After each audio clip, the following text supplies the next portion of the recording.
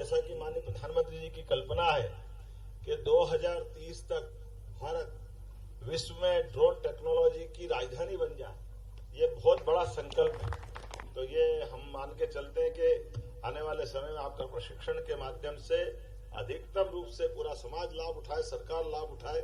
मैं आपको ये आश्वस्त करूंगा कि हमारे पास आप जहां अभी जिस प्रकार से आपने इसकी प्लान किया है और थोड़ा मास्टर प्लान हमारे लोगों के साथ भी बैठ के बनाइए, निश्चित रूप से इसमें पूरी सरकार की मदद रहेगी। तो मैं मान के चलता हूं कि भविष्य की बड़ी संभावना का एक क्षेत्र है और खास करके जब दुनिया का सबसे युवा देश भारत है और जब युवा शक्ति हमारे हाथ में है, उनको इस व्यवस्था से जोड़ना है।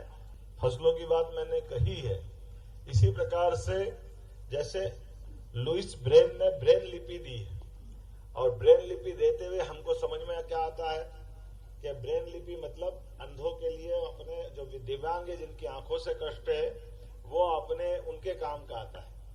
आप केवल कल्पना करो हमारे लिए ये इसका कितना महत्व है इस बलबूते पर कि जब हम इसको लीड करेंगे, ऐसे में हमारे लिए ये बड़ी संभावना का क्षेत्र है और मध्य प्रदेश इसमें लगातार आगे बढ़ रहा है। और भौगोलिक एरिया हमारा राजस्थान के बाद मध्य प्रदेश नंबर में आता है। भौगोलिक एरिया जब बड़ा होता है तो हमारे लिए इसकी जरूरत ज्यादा पड़ती है। हमारे ट्रैफिक मैनेजमेंट के सिस्टम से लगा करके हमारे यहाँ बड़े बड़े मेले होते हैं, जैसे अभी हमारा सिमस्त आने वाला प्रयाग का तो 2 दिन बाद चालू हो जाएगा। भविष्य के लाभ उठाना है और नई नई टेक्नोलॉजी के आधार पर हो सकता आने वाले समय में इसमें और बहुत सारी चीज चेंज होगी। तो जो जाम लगता है, ऐसे में उसका मार्ग निकालना कि हमारे लिए बेहतर से बेहतर तरीके से कैसे यातायात को सुव्यवस्थित किया जाए।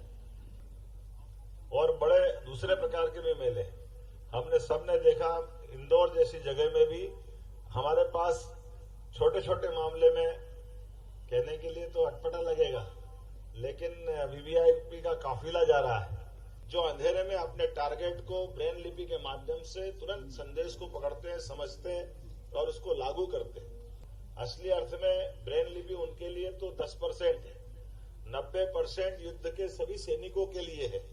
तो मैं मान के चलता हूं आने वाले समय में बड़ी संभावना का ये हमारा ड्रोन का एक क्षेत्र है।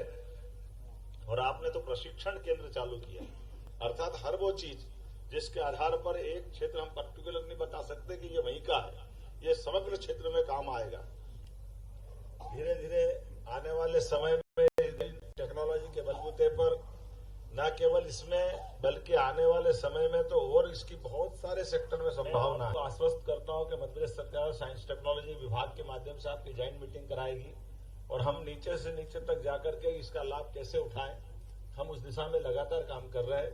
मेरी अपनी ओर से समूचे आयोजन के लिए शुभकामना, बधाई, बहुत बहुत धन्यवाद।